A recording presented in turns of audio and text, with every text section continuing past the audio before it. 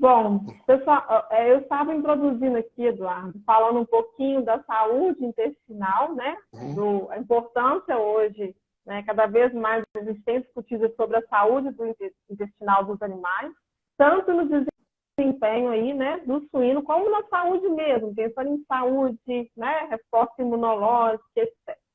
Só que antes da gente entrar no assunto, Eduardo, eu vou te pedir, eu já te apresentei aqui, mas eu vou te pedir, por favor, gente, o Eduardo, só dando aqui um spoilerzinho, o Eduardo tem mais de 20 anos de experiência em suinocultura, tá? Atua na área aí, gerente da Altec, gerente de vendas, parte comercial da Altec, mas eu não vou contar não, Eduardo. Primeiramente, eu quero te agradecer, né, por estar aqui conosco e, por favor, se apresenta, conta um pouquinho da sua longa história na suinocultura para os ouvintes. Ok. Mariana, você consegue me ouvir bem? Perfeito. Ok. Eu tô com um probleminha aqui no fone, não sei o que houve, nós testamos várias vezes, funcionou, mas tecnologia tem isso, né? Quando não resolve funcionar, né? Mas tudo bem. Vamos lá. Inicialmente, eu gostaria de agradecer, professora, a oportunidade da gente estar aqui trocando conhecimento, eu poder tentar passar um pouco do que eu ganhei de experiência ao longo da minha vida profissional e adquirir também, junto com vocês, mais conhecimento. Tá? A minha formação é de engenheiro agrônomo, né? Eu estou na suinocultura há pouco mais de 28 anos, e quando me convidaram para a suinocultura, eu comecei minha vida profissional na área agrícola, né, como agrônomo. E quando me convidaram para ir para a suinocultura, me disseram que quem entra para a suinocultura não sai jamais.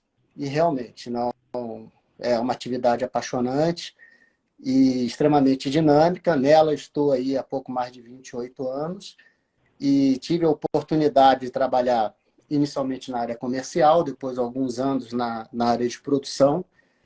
E foi aí que eu tive a oportunidade de enxergar a atividade de uma forma mais holística, né? Tendo contato aí com a área de construção, biossegurança, exportação de animais, enfim, com tudo, né?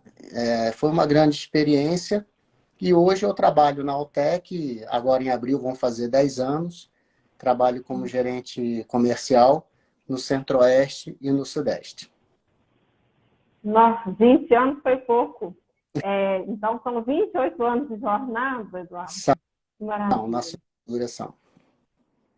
Isso, pelo que você falou aí, né, Eduardo? Você passou por, dentro da atividade, você passou aí por, né, várias, ou seja, você viu um pouquinho de tudo, trabalhou com um pouquinho de tudo, né? Então, a bagagem... Colabora muito, né, para que a gente ganhe um pouco mais de conhecimento, faz com que a gente pense de uma forma um pouco diferente, né?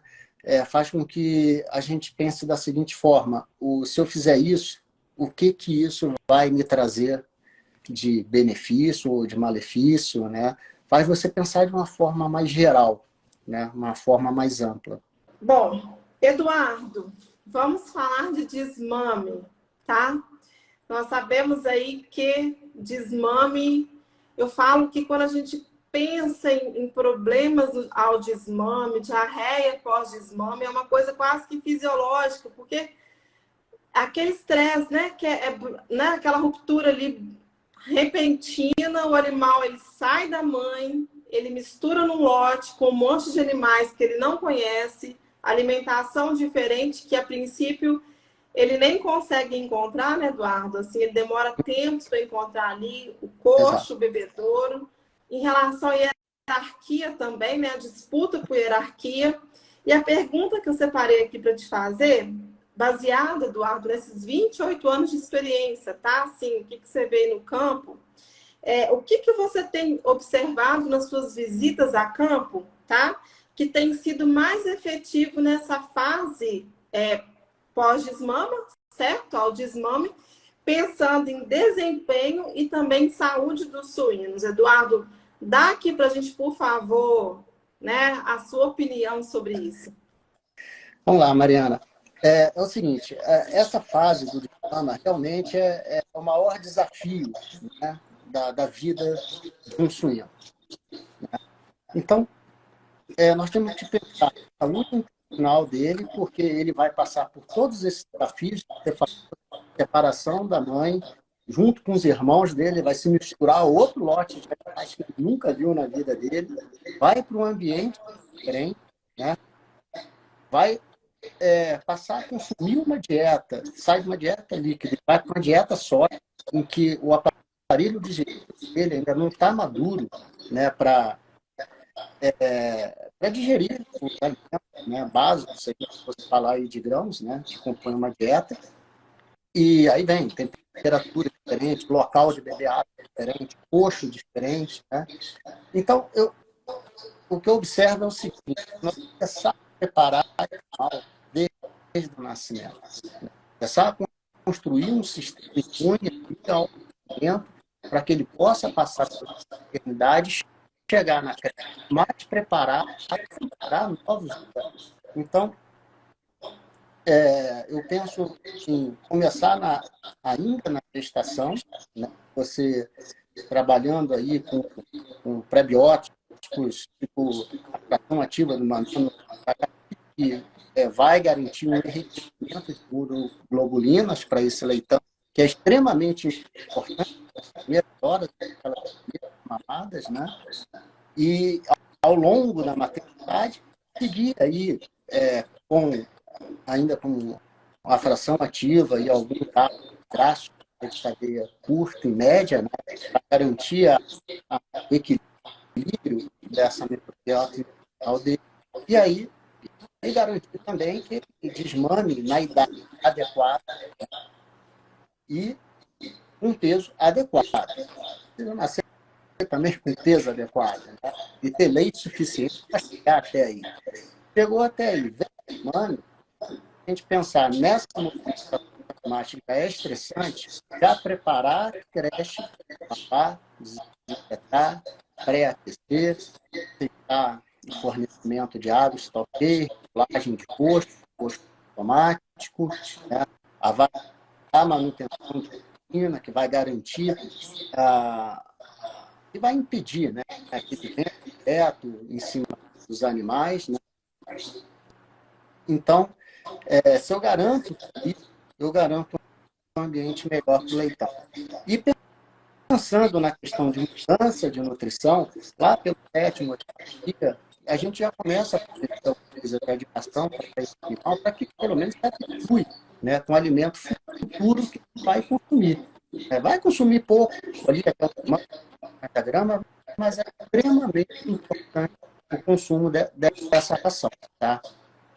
E pensando na dieta, como não tem um sistema pronto ainda, ele não produz enzimas ou suficiente ou não produz determinadas enzimas, é necessário que nessa dieta a gente trabalhe ingredientes de alta qualidade.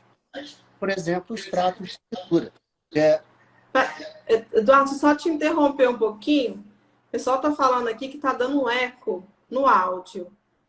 Então, dando continuidade, eu estava falando com o aparelho digestivo desses animais, quando ainda entraram na creche, ainda novos, ali, 22, entre 21 a 23 dias de idade, eles não produzem enzimas digestivas necessárias para degradar o alimento que ele precisa, né, para digerir. Então, a gente deve trabalhar com ingredientes de alta digestibilidade.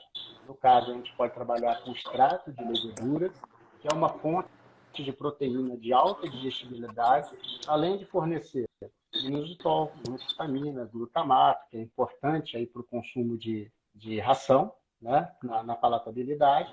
E tem um ingrediente que é extremamente importante, que vai junto com o extrato de levedura, que são os nucleotídeos, que são responsáveis pelo turnover de células, né, pela reposição de células da velocidade intestinal, que vão absorver os nutrientes, né?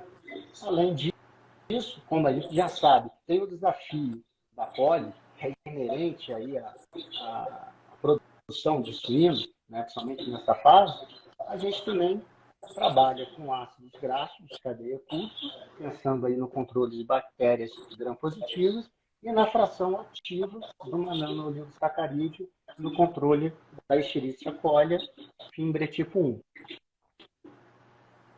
Excelente. E essa questão, só completando, Eduardo, porque eu uso isso a campo também, quando a gente realiza o desmame, aí o meu lado veterinário, né? Que essa acidificação para controle, né? Dessas bactérias gram-negativas aí, né? A utilização desses acidificantes, como é importante. E é uma coisa que você consegue controlar sem precisar de antibiótico, né? Simplesmente acidificando. Bom, agora eu tenho uma pergunta, Eduardo. Vou tentar fazê-la de forma mais prática. Eu percebo aqui que as pessoas que, né, nos acompanham aqui, eles gostam muito dessa parte prática. Mas é sobre, gente, pensando em equilíbrio intestinal. Então, olha só, Eduardo, o que eu penso, né? O sistema imune, a nível intestinal, ele tem que trabalhar de duas formas. Então, ele tem que conter. Nós sabemos que o intestino ele é um canal com o meio externo, porque ele é aberto, ele comunica diretamente com o meio externo. Então, entra muitos agentes, né, antígenos e agentes indevidos por essa via. E aí, o sistema imune, ele, a nível intestinal, ele precisa eliminar esses micro-organismos que vêm pela dieta, de forma oral. Por outro lado, ele tem que ser totalmente tolerante, né, com o que também entra aí pensando em fatores antinutricionais ou os próprios micro-organismos que são comensais, né, ou seja, da microbiota. Então, ao mesmo tempo que ele tem que proteger, ele tem que desligar, ou seja, né, desconsiderar esses outros agentes aí. Ou seja, precisa ter um equilíbrio. E eu queria que você comentasse um pouquinho sobre isso, Eduardo. Como alcançar esse equilíbrio, né? Como podemos alcançar esse equilíbrio da melhor forma frente à resposta imune intestinal? O desafio que o intestino tem em controlar, mas também não considerar esses agentes.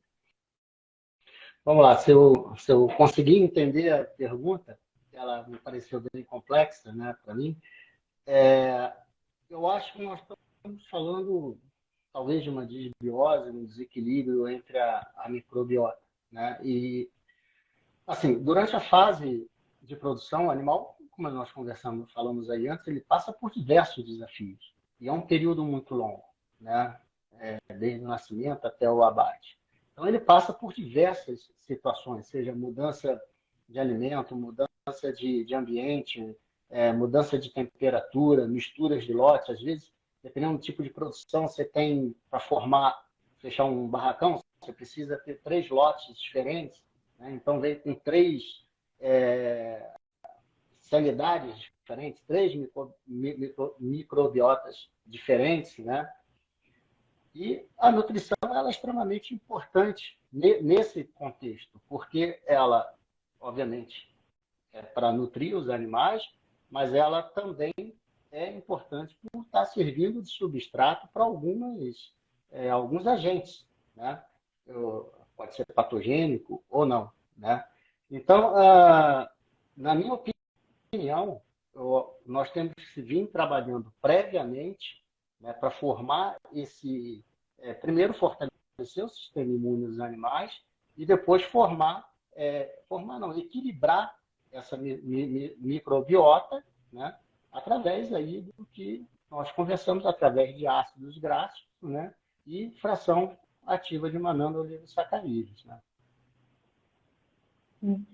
O que eu percebo, Eduardo, eu não sei se você concorda comigo, eu acho que a natureza ela faz tudo tão perfeito. O que nós precisamos fazer, eu acredito, é intensificar esse papel que o intestino já faz muito bem feito. Por que intensificar, né? Porque o melhoramento genético ele fez com que os animais eles mudassem de fase cada vez mais rápido pelo desempenho, né? Então, e aí eu percebo dentro de granja, né? É como se o intestino estivesse ali lutando para manter a sua saúde e nós, em vez de ajudá-los, muitas granjas ainda atrapalham. Quando, por exemplo, o animal acaba de nascer e você aplica um antimicrobiano ali preventivo, desequilibrando, que ele está lutando para equilibrar, né? Então, Exatamente. Eu acho que faltam protocolos junto com a nutrição, mas pensando na forma de aditivos mesmo, que poderiam potencializar o que o intestino já quer fazer muito bem feito, né? De forma fisiológica. Sim. O uso da fração ativa do mananooligosacarídeo tem uma função muito importante ali, né? Não só de capturar, ou de se ah, aderir, né, a essas bactérias de fímbria tipo 1 e eliminá-las via fezes, né? Mas também quando ele cai ali na placa de Peyer's, né, e vem um macrófago, tal, célula T e tudo mais, vai até produzir as imunoglobulinas, né, que vai ali proteger esse animal, né, esse indivíduo, aos desafios que ele vai ter daí para frente, né? Eu acho Sim. que é alguma coisa nesse sentido, né? Sim. É dar o suporte, né, Eduardo? A gente acrescentar aí o suporte para o intestino, né, conseguir contornar todos esses desafios, né, através Exatamente. desses aditivos. Uhum. Bom, beleza. Pessoal, lembrando que vocês podem ficar à vontade para mandar perguntas, viu? Estou acompanhando aqui as perguntas e a gente anota aqui depois que nós fazemos com o Eduardo, tá? Por enquanto, eu estou aqui só por conta. Agora, vamos falar de uma coisa, Eduardo. Eu acho que está todo mundo esperando esse assunto, né? Quando a gente pensa em desafio de granja, em relação à saúde, né? As desordens que acontecem na granja, que comprometem a saúde do animal, nós temos disparadamente aí as doenças entéricas, né? Ou desordens entéricas, ou desordens respiratórias. Pensando aqui, então, desordens entéricas, nós sabemos que hoje, daqui a pouco eu pego essa pergunta, nós temos aí, né, uma restrição crescente do uso de antimicrobianos que nos ajudavam, de certa forma, a controlar isso, Eduardo. Só que eu já li alguns trabalhos também que mostram que esses antimicrobianos, além das questões relacionadas à resistência, eles alteram e comprometem a permeabilidade intestinal, né? Ou seja, a absorção de nutrientes e também o desempenho dos animais. A minha pergunta para você aqui, Eduardo, é justamente essa, tá? Quais alternativas nós temos para usarmos cada vez menos esses aditivos, ou seja, esses antimicrobianos, não como substituto, mas talvez para somar e fazer com que nós consigamos usar. Né? Exatamente. Você fala um pouquinho disso para a gente? Fala. Mariana, quando a gente fala na redução de uso de antibióticos ou na possível retirada deles, na minha opinião, nós temos que ir lá no princípio, voltar lá para trás e começar a pensar em biossegurança. A gente já pensar no rodolúvel, num túnel de desinfecção para a entrada de veículos. Nós temos que pensar nesses veículos que entram dentro da granja, lavado, desinfetado e com vazio sanitário, exposto ao sol, entrada de gente, né? O banho, a troca de roupa, área limpa, área suja, né? Entrada de material, entrada de insumos que podem estar usados para fazer a nossa dieta, que podem estar levando agentes patogênicos ali, né? E, enfim, entrada de animal, né? É um outro grande risco, né? Animais silvestres. Então, a gente tem que pensar em tudo que a gente possa minimizar, né, o risco. Aí a gente estaria trabalhando com uma pressão de infecção muito menor, um risco muito menor. Pensar também na estratégia de produção. Por exemplo, eu tenho uma granja para 1.000 matrizes. Vou ter X coberturas programadas para aquilo, para que as porcas, depois de gestantes, subam para a maternidade com 4, 5 dias antes, lá permaneçam, eu vou desmamar com 22 dias, que depois eu possa dar um vazio sanitário, lavar, desinfetar, né? Todo esse processo, e daí para frente segue. Se eu aperto, aumento o meu alvo de cobertura, eu vou ter que reduzir os meus espaços, né? Então, a porta, em vez de subir com 5 dias, sei lá, vai subir com 2. Ou então vai estar lavando, desinfetando a maternidade, ela nem secou, está entrando porta. E a mesma coisa vai acontecer na creche. E daí para frente. O que eu estou fazendo? Eu estou aumentando o desafio, né? E, de repente, eu estou também aumentando a população por metro quadrado. Então, isso vai causando um desequilíbrio muito grande. E aí, um desafio muito grande, as doenças vêm, e aí vem o uso de antibióticos. Muitas vezes vai de mamanda caducando. Muitas vezes a gente não tem nenhuma janela. Mas para quê? É para cobrir uma deficiência no meu planejamento, né? Então, para a gente pensar na retirada de antibiótico, ou no uso inteligente dele, né? Ou, enfim, trabalhar somente com os aditivos, é preciso que a gente pegue todo assim, o postulado de Madec, né? E execute o postulado de Madec. Aí sim, aí os aditivos vão nos responder dentro da nossa expectativa. E com um custo menor do que o uso de antibiótico, além de estar levando uma segurança para o nosso produto final que vai para o consumidor, né? Sem resíduos de antibióticos.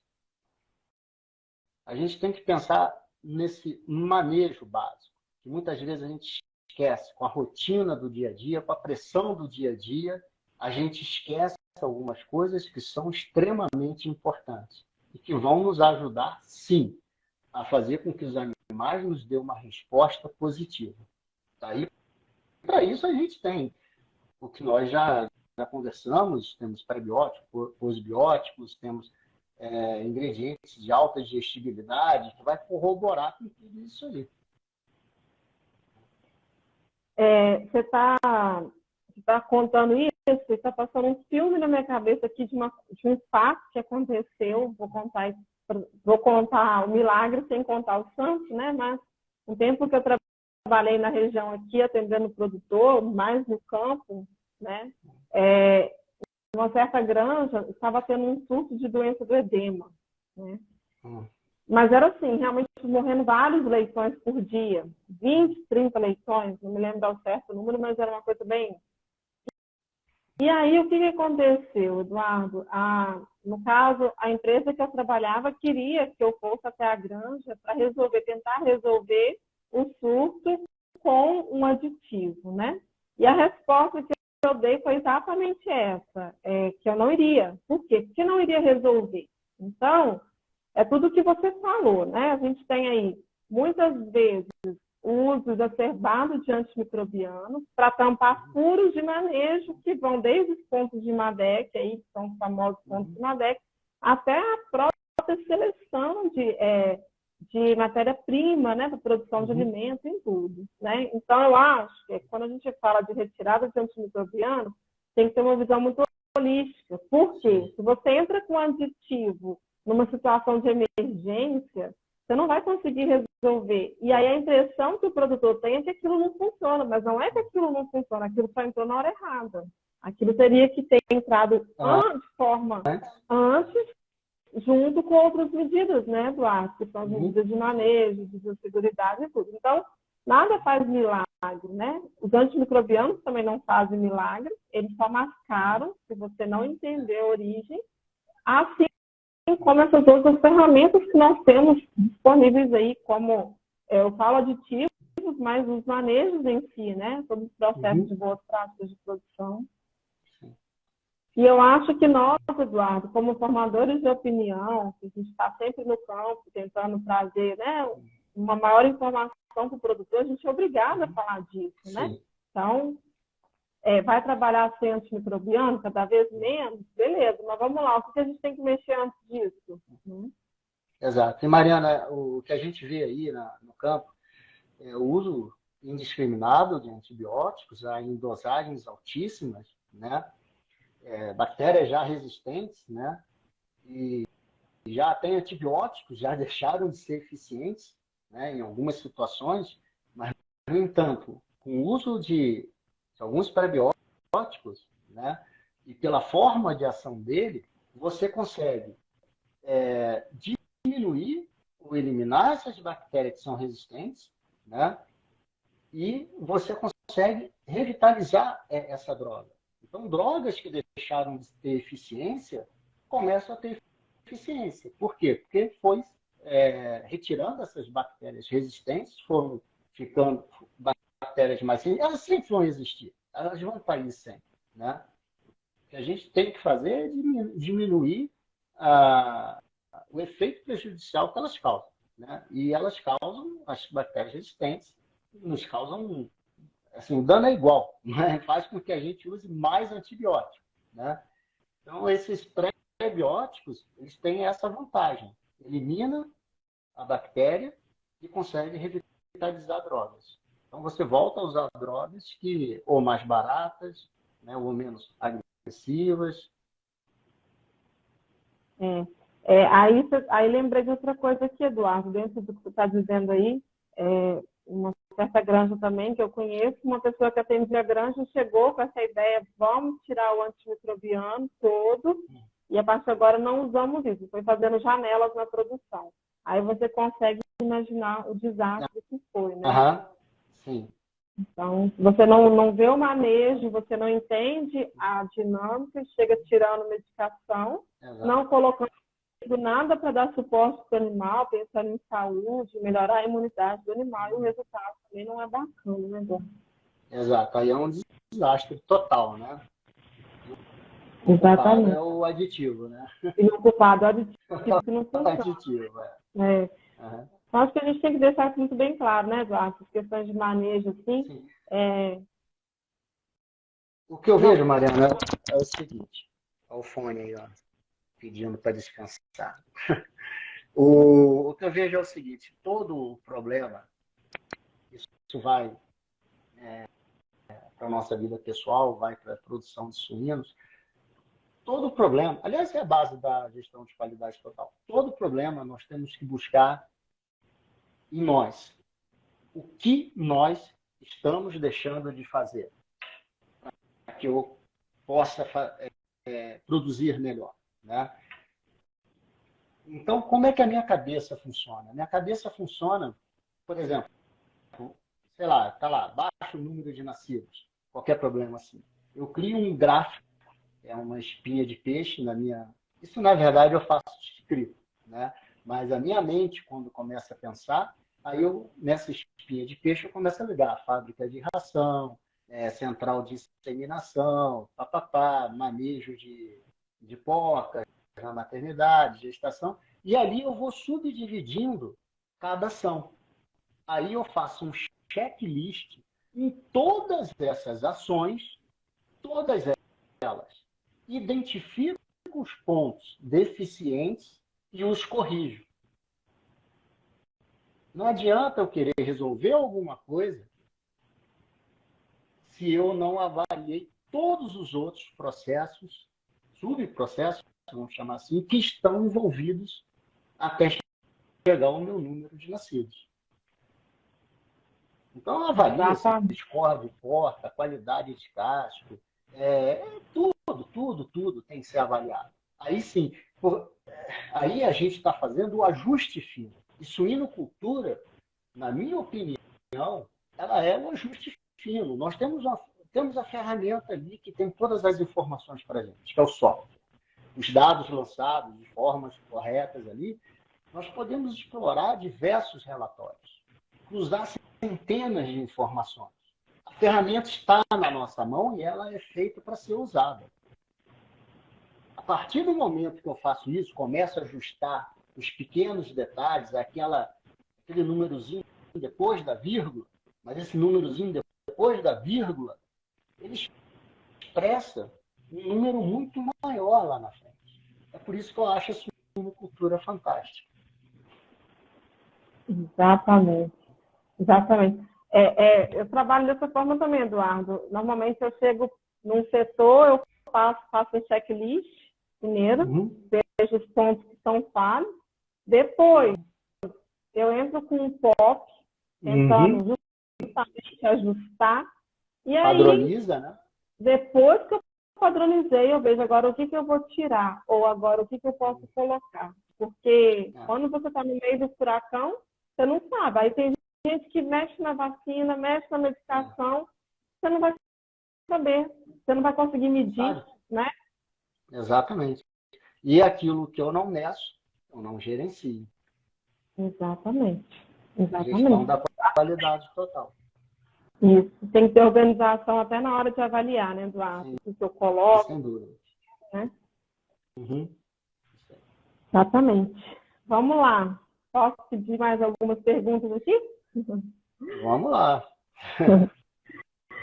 Bom, em relação, já que a gente está falando de ajuste fino, Eduardo, eu quero fazer perguntas sobre os fatores antinutricionais, né? Então, nós sabemos aí que tem diversos fatores antinutricionais, e isso está muito relacionado com a qualidade da matéria-prima, que você compra, nível de qualidade ou não.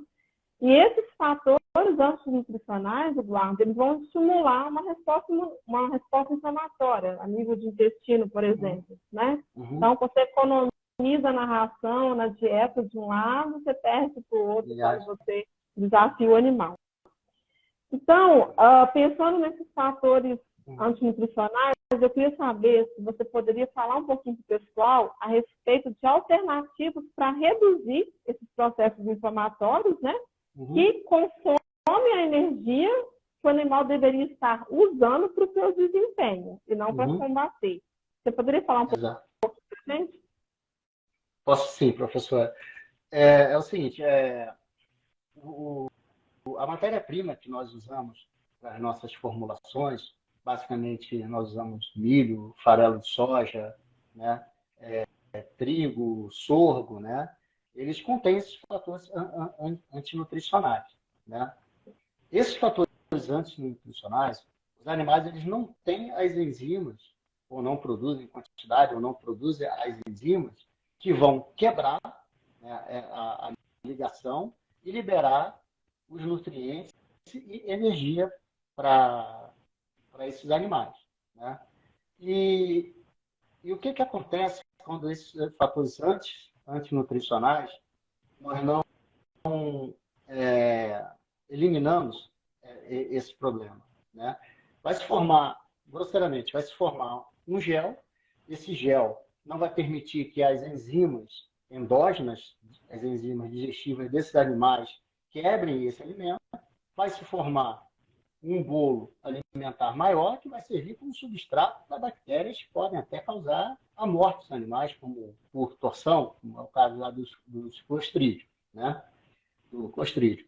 Então, como que a gente resolve esse problema? Primeiro, se a gente puder controlar a matéria-prima, né, a qualidade da matéria-prima que entra na nossa fábrica, né, ótimo. Só que, por exemplo, farelo de soja, às vezes, vem mais torrado, menos torrado, né? Isso aí a gente, infelizmente, não tem controle disso. Mas se a gente puder controlar o fornecedor, tudo bem, ótimo. Qual é a solução? É trabalhar com enzimas exógenas, são enzimas que a gente acrescenta na dieta para quebrar essas ligações e liberar os nutrientes, seja em forma liberando energia, liberando fósforo, cálcio, o aminoácido, né? Depende do que eu estou tratando, né? Então, a solução para esse caso seria o uso de enzimas digestivas. Certo. Eduardo, e assim, só te perguntando, não é nem completando, né?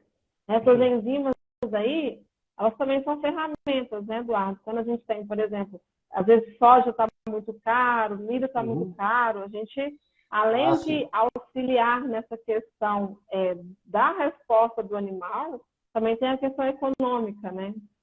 Sim, tem momentos, né, em que elas se encaixam muito bem, reduzindo o custo, né, da tonelada tratada, consequentemente o custo de produção dos meus animais, né?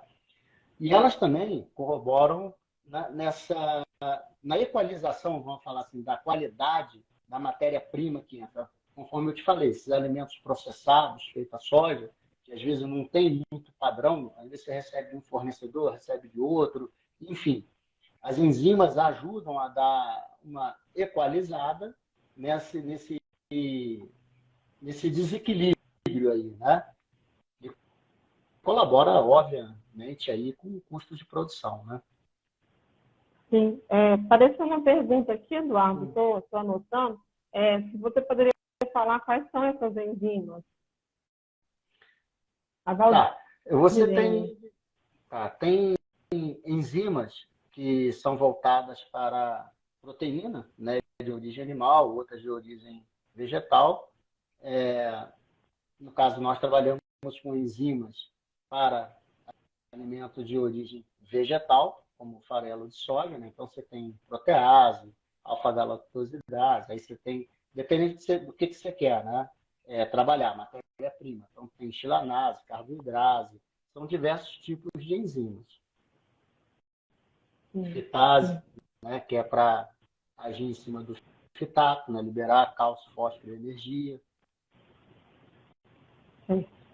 A Valdirene, ela perguntou onde encontrar essas enzimas.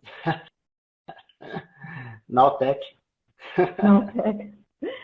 Pessoal, o Eduardo ele trabalha numa empresa, gente, que fornece esse tipo de aditivos, né?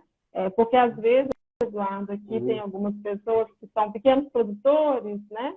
Mas a Altec é uma das empresas, viu, gente, que trabalha com essas enzimas e com a qualidade bem renomada aí no mercado, né, Eduardo? Isso aí. São mais de 30 anos já de experiência aí que a empresa tem com esses ingredientes, esses aditivos. Exatamente. Eu juro que eu não vou tomar tanto seu tempo. Eu tenho mais 3 perguntas aqui. Fica à vontade, professora. Agora, olha só, a gente fala muito de leitão, saúde de leitão, tal, mas tem uma outra questão que às vezes é pouco vista, deixada de lado, e que, na verdade, para mim, são as grandes estrelas, são as matrizes, né? E quando nós falamos de saúde intestinal, por que não falar das matrizes também, gente? Porque elas que ficam ciclos dentro da granja, né? Anos dentro da granja, 2 anos. Então, a gente falou de leitão, Eduardo, mas você poderia falar um pouquinho, né? Como, né, a gente poderia garantir a saúde das matrizes, não só intestinal, mas de forma geral, né? Quais ferramentas nós temos para auxiliar na saúde dessas estrelas, né? Dessas fêmeas aí que vão manter o sistema funcionando. Exato. Realmente, elas são a máquina propulsora, né, das granjas, né? São, não tratando de forma fria, mas quando eu falo máquinas, é porque elas são exigidas, né, ao máximo, a produzirem o máximo de leitões de boa qualidade, né, ao longo da vida dela. E para que elas possam desempenhar esse papel muito bem desempenhado, nós temos que, desde a formação, quando a gente seleciona uma leitoa, né, quando a gente forma essa leitoa até a idade de cobertura, nós temos que pensar no ganho de peso dela para atingir um dos pontos, né? Atingir o peso ideal à cobertura, atingir o número de cios ideais à cobertura, né? Receber as vacinas que tem que receber para que elas tenham imunidade, né? E possam produzir muito bem, né? Então, o controle do score corporal dessas fêmeas, ele tem que ser levado muito a sério. Na minha opinião, quando eu trabalhei até na produção, a gente pesava as fêmeas na cobertura e depois que a gente pesava ao desmame. Eu tenho números assim. Então eu sei quanto que elas perderam num desmame. Então nós sabemos o que nós temos que melhorar, né? Então, se eu conduzo bem o score corporal dessa fêmea, quando uma rã, né, depois ela pare, aí ela leitoa lá de primeiro parto, na ordem de parição 1, levo essa score corporal de acordo com a recomendação da empresa lá de genética, né? Eu garanto que essa fêmea vai chegar na maternidade, não vai chegar gorda, por exemplo, né? Porque a porca gorda quando chega na maternidade, o que ela faz? Ela vai gastar reservas dela e não vai comer ração. Então, ela vai perder peso, além do que deveria perder, e vai prejudicar o parto subsequente. Pode ter retorno, pode atrasar o intervalo de desmame, a cobertura, pode ter baixo número de nascidos, né? Então, eu tenho que cuidar muito bem dessa fêmea, da condição corporal dela.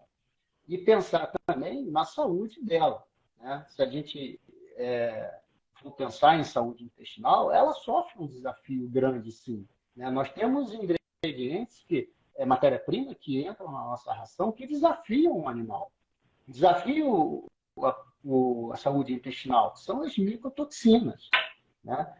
É um assunto muito sério isso. E não interfere, não é só no núcleo, a Zéia, interfere no número de nascidos. Não é só isso. As micotoxinas, quando é mais de uma ali naquela matéria-prima, e todas as análises que a gente faz, a gente encontra pelo menos 3, elas têm um efeito sinérgico. E esse efeito sinérgico vai ampliar no animal, né? Às vezes eu tenho, sei lá, XPPD de Zéia, de afro, não sei o que, não é pouco. Não, elas têm que ser analisadas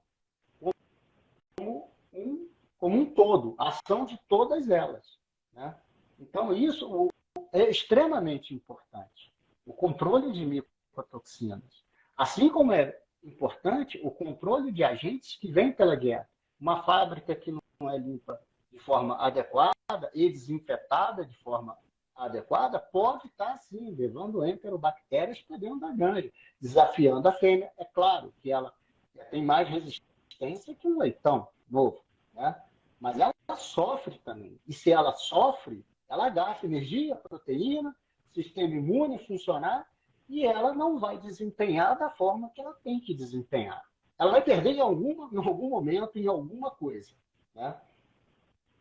Então, a gente tem que pensar nisso sim. Na saúde intestinal dessas fêmeas, trabalhar com fração ativa, de mananooligosacarídeos, volto a falar em ácidos graxos de cadeia curta e cadeia média, que são extremamente importantes para a saúde intestinal. Além de absorver de micotoxina para controlar as micotoxinas, né? E se a gente for pensar bem, né, Eduardo, essa fase é uma fase assim, as fêmeas da maternidade, elas estão em catabolismo, então elas estão ali só perdendo. Os próprios hormônios ali do periparto, né, do período puerperal, que é periparto, parto e pós-parto, já compromete o desafio à resposta imune dessas fêmeas e o desentempo, né? Então, essa fêmea... até, professor... Não, essa fêmea... Pode interromper, pode mais. Interromper. E outra coisa importante, o manejo no fornecimento de ração dessas fêmeas, né? Se a gente for pensar, até pouco tempo, você trabalhava aí com desmame aí mais precoce, né? Que a gente viu que, na verdade, isso não funciona, é um tiro no pé, né? Se você faz um fornecimento de ração de forma mais livre no início, ela pode ter empanzinamento, por exemplo, né? E parar de comer. Se ela para de comer, ela aleita menos, vai produzir menos leite. E ela vai gastar mais reserva corporal para ela acabar de amamentar e ela sobreviver, né? E aí ela vai desmamar mal. Vai desmamar mal esses leitões, ela vai voltar para o ciclo lá na gestação, provavelmente vai atrasar aí, o retorno ao cio, né? Provavelmente vai ovular menos, provavelmente vai produzir menos leitão, e aí começa a entrar num ciclo vicioso. E aí pode ser uma porta que vai ser descartada por baixa produtividade. É culpa da porta? Não é. Não é. Não é culpa dela. Quando a gente vê aí Não, mas é isso mesmo, Gato. Quando a gente vê aí a taxa de retenção das matrizes, principalmente de granja que faz reposição externa, né? Elas acabam sendo descartadas aí antes do terceiro parto, né? Uma quantidade considerável fora do padrão aí, né? Do que a gente determina. E isso é prejuízo. Então, cuidar da saúde dessas fêmeas, já que elas vão ser exigidas, até assim, muito exigidas, é essencial, né? Então, a gente tem que pensar não só na saúde dos leitões, mas das máquinas que vão produzir. Exatamente, na porta. Você vê, uma porca aí, ela está se pagando ainda até o terceiro parto. Hoje eu acho que elas se pagam após o terceiro parto, né? Com a atuais custos de produção que nós estamos tendo aí. E a gente vê um descarte muito alto. Eu tive a oportunidade de pegar um plantel de 65 mil fêmeas, não um plantel único, mas espalhado pelo Brasil, foi com o PigChamp, e avaliar as causas de descarte, né? As principais causas de descarte é baixa produtividade e aprumo. Tá? Aí você tem que avaliar por que a baixa produtividade e que ordem de paração que essas fêmeas estão sendo descartadas. Eu fiquei impressionado a quantidade de fêmea que é descartada ainda leitoa. Ordem de parição 0. Ordem de parição 1, ainda altíssimo. A ordem de parição 2, altíssimo. A fêmea nem se pagou, né? Então a gente tem que ter esse cuidado, sim. Não só com a saúde intestinal, com a saúde de modo geral, mas com a saúde dos aprumos, que é responsável hoje por em torno de 15% do descarte das fêmeas. E isso depende de quem? Depende de nós. Depende da manutenção da minha granja. Depende da atenção que eu dou à saúde do casco. Trabalhar aí com minerais orgânicos, tipo zinco, manganês, claro, e uma biotina, que fortalece esse casco de dentro para fora. E essa fêmea vai me responder produtivamente muito mais do que uma fêmea que não é cuidada. E todo o trabalho mostra, tem um trabalho que eu tive a oportunidade de fazer também com um grande grupo, que 94% do plantel tem algum tipo de lesão de casco, né? Mas aí é um outro assunto, uma outra live. Não, e também lembrando, né, pessoal, que lesão no casco tem total correlação aí e justificativa para quadros de aborto, de amestre, etc. Natimor, Magané. Exatamente. O povo acha que porque está lá no pé não tem nada a ver com reprodução e tem totalmente o contrário, tem tudo a ver com reprodução, né? Então, é importante.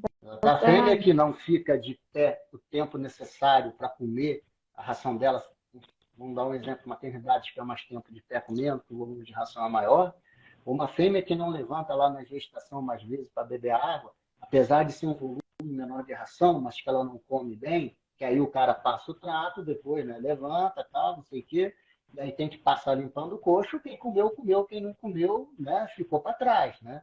Então, essa fêmea não comeu a quantidade, ou seja, de antibiótico, de aditivo necessário e de nutrientes necessários. Isso vai desencadear uma série de problemas para frente.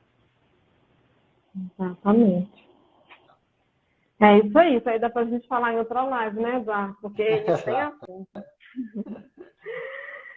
Bom, falando ainda, vou fechar na maternidade, antes de fazer, tem só mais 2 perguntas, Eduardo. Uma ainda é sobre maternidade, pensando em mortalidade, né?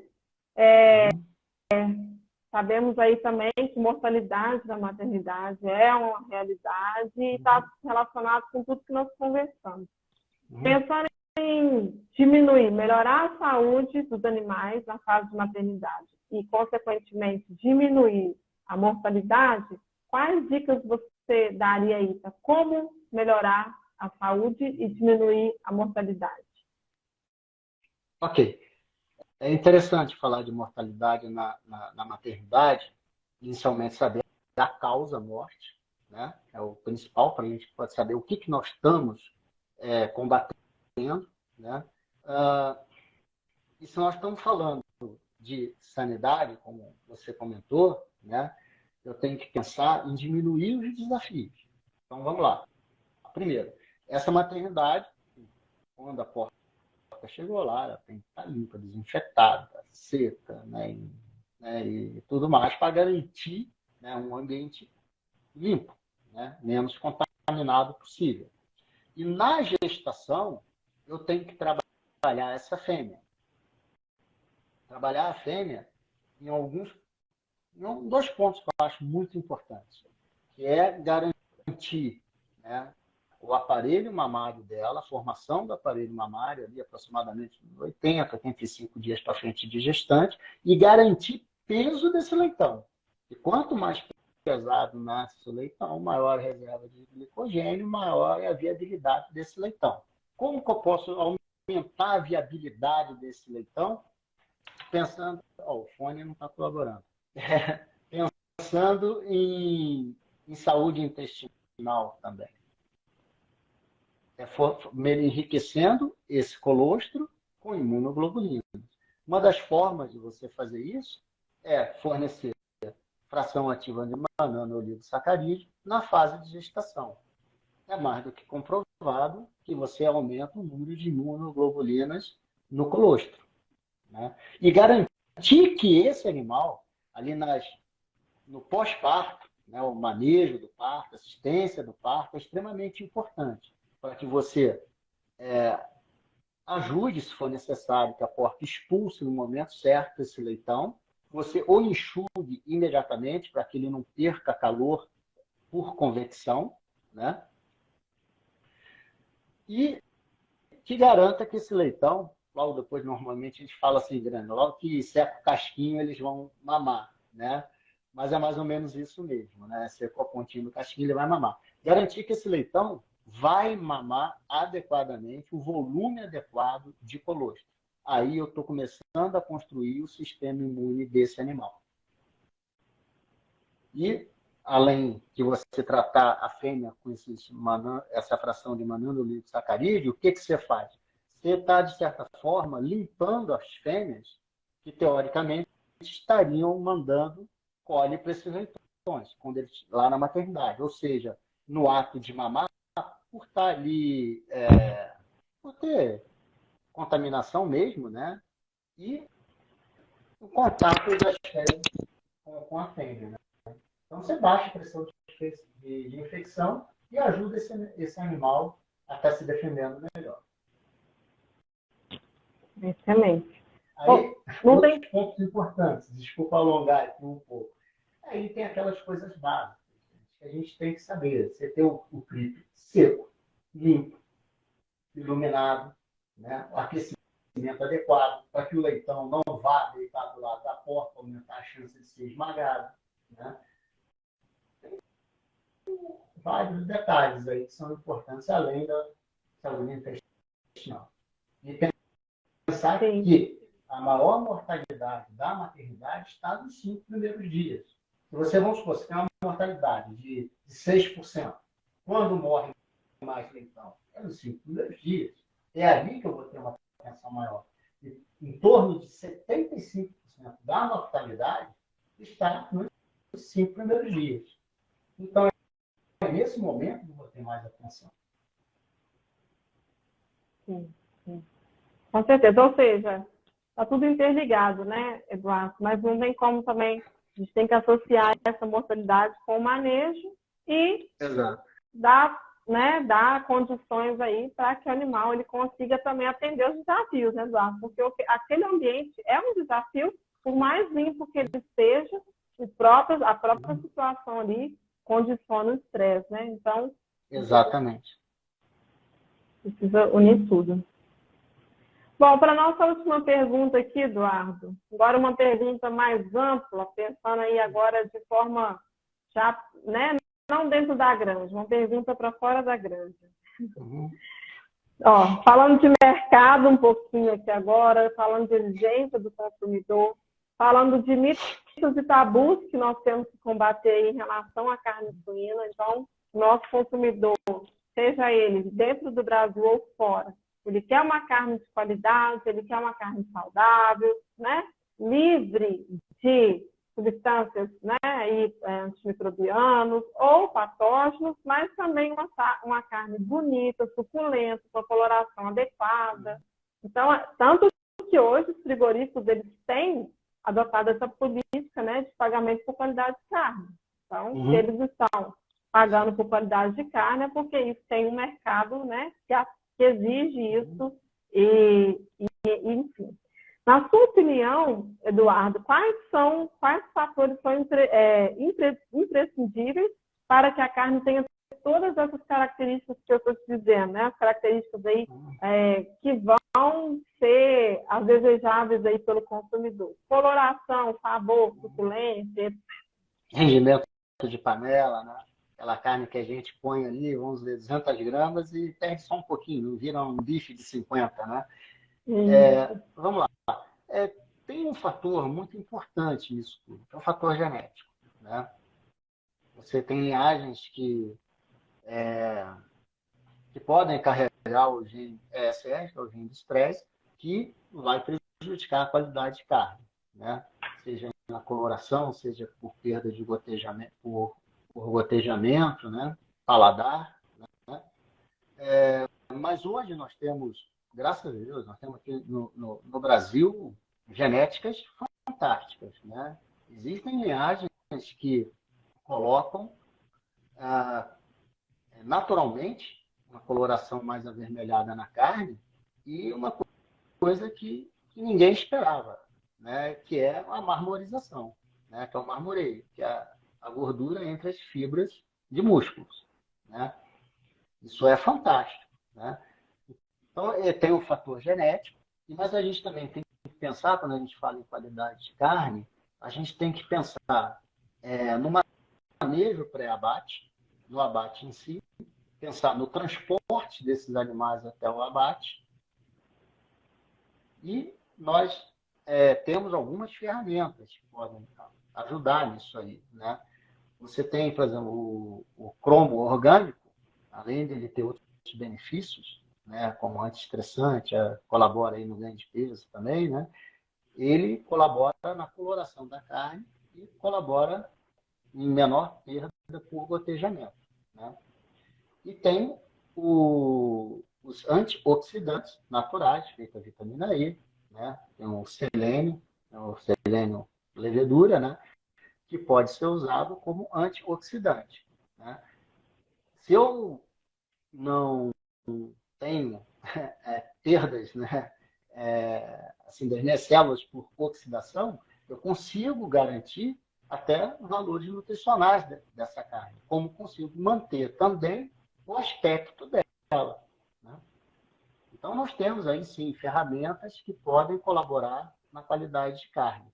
E uma coisa importante que você citou aí, a gente tem sempre que lembrar como é que eu vou te falar, na qualidade dessa carne com relação a não ter agentes patogênicos, né?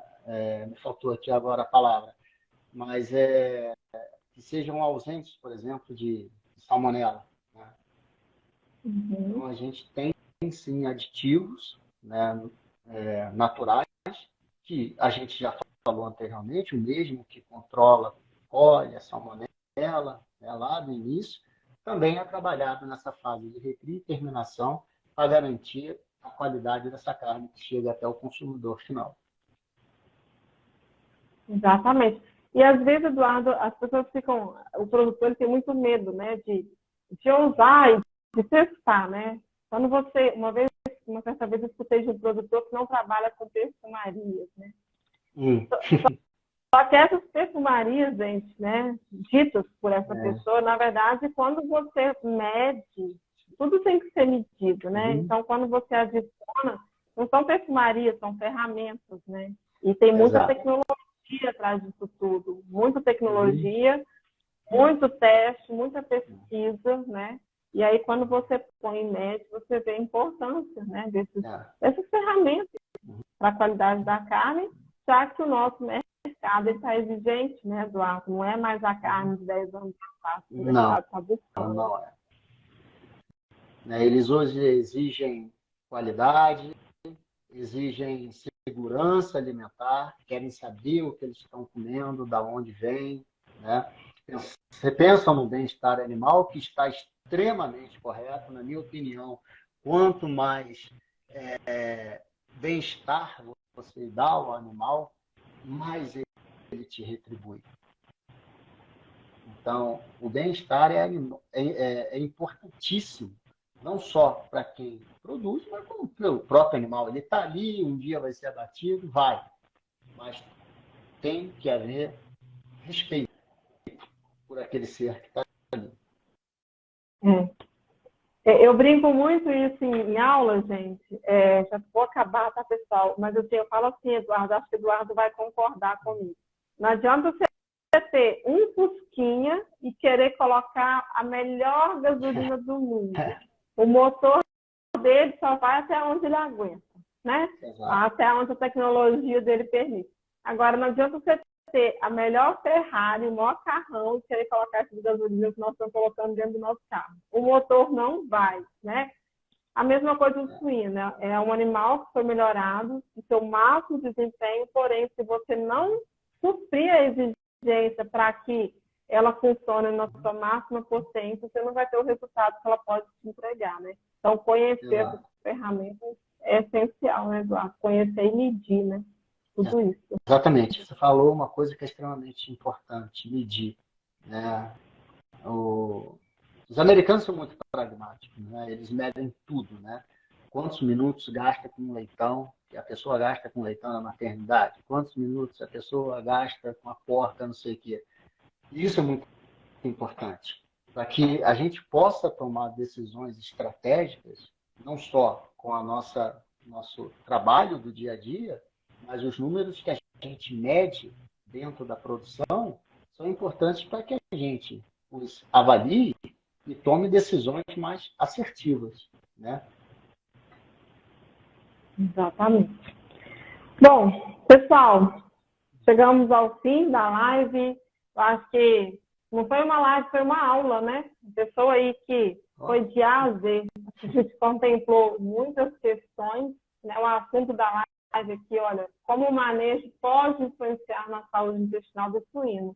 E todos os passos foram abordados, né? Desde o manejo, falamos de manejo e falamos também de ferramentas, né? Eduardo, antes de eu me despedir de você, eu queria pedir que você deixasse um recado para as pessoas que estão nos ouvindo aqui sobre essa questão, manejo e saúde dos animais, por favor. Ok. Assim, é até difícil, né? Falar essas coisas, mas vamos lá. Eu começo com uma frase básica. Não adianta querer inventar a roda. Vamos para o básico bem feito, que ele não vai mudar nem daqui a 1 ano, 10 anos, 20, 30 anos. Esse tem que ser feito. É claro que existem ferramentas novas, nós conversamos sobre elas aqui, que na verdade já são usadas há muitos anos. Né? Nova porque a exigência está pedindo, a exigência do mercado está pedindo que se use mais. Né? Mas a mensagem que eu digo é o seguinte: não esqueçam do básico que nós sabemos fazer. Não deixe que a rotina, que a pressão do dia a dia faça você esquecer do que tem que ser feito, metodicamente. Todos os dias, um dia melhor do que o outro. E uma coisa que me impressiona é que nós temos aqui no Brasil a melhor genética, nós temos as melhores ferramentas para se trabalhar e temos os melhores colaboradores. Eles são comprometidos, muito comprometidos. Só que a pressão do dia a dia faz com que a gente esqueça algumas coisas. Então, nós somos capazes, nós somos bons no que fazemos. Nós somos dos melhores do mundo. Entregamos, exportamos um melhor material para a Europa, para a Ásia. Vamos aproveitar isso. Vamos mostrar isso dia a dia, no nosso dia a dia, no que eu faço hoje, no que eu faço amanhã, no que eu faço depois. Exatamente. Confiar mais no nosso taco, né, Eduardo? Exatamente. Nós somos muito bons no que fazemos. Isso aí. Eduardo, obrigada por 2 coisas, pelo seu tempo e sua presença, mas pelo conhecimento. Né? Não é todo dia que a gente conversa com uma pessoa que tem essa visão tão prática e tão holística da suinocultura. Muito obrigada pelo seu tempo aqui conosco, viu? Obrigado a todos vocês, Mariana. Eu espero que eu tenha levado alguma coisa, que eu tenha conseguido responder a todas as perguntas que me foram feitas. Com certeza. Respondeu demais. Pessoal, obrigada a todos, então, né, por esse tempo aqui, pela presença, senão também nós não temos live sem vocês. Muito obrigada pelas perguntas. Obrigada, Academia Suína aí, o pessoal que estava no backstage aí, né, ficou nos ajudando com o microfone, mas é isso aí, gente. E espero encontrá-los numa próxima oportunidade. Eduardo, prazer esse bate-papo e encontramos aí em breve. Muito bom. Um prazer muito grande, espero lhe encontrar em breve. Até mais, gente. Boa noite a todos. Um abraço a todos.